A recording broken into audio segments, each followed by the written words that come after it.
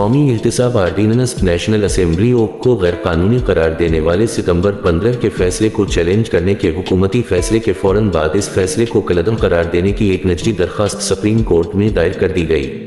Dawn اخبار کی report کے مطابق پیپلز پارٹی کے سینیٹر فاروق ایچ نائک کے ذریعے نظر ثانی کی درخواست عبدالجبار نامی ایک شہری کی جانب سے دائر کی گئی، جو قانونی چارہ جوئی کے پچھلے مرحلے میں نہ تو فریق تھے اور نہ ہی کسی سیاسی جماعت سے تعلق رکھتے ہیں، لیکن نیب ترمیمی فیصلے سے براہ راست متاثر ہوئے کیونکہ ان کے خلاف نیب فرض غلط ہوا ہے۔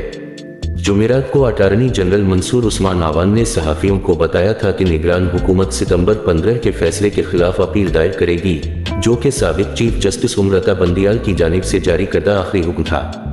چونکہ مختصر حکم کے تحت supreme court practice and procedure act 2023 کو برقرار رکھا گیا ہے، اس لیے اس قانون کے نافذ ہونے کے دن کے بعد آرٹیکل 184(3) کے تحت جاری کیے گئے سپریم کورٹ کے تمام فیصلے نیب آرڈیننس میں ترامیم کے فیصلے سمیت اپیل کے قابل ہیں۔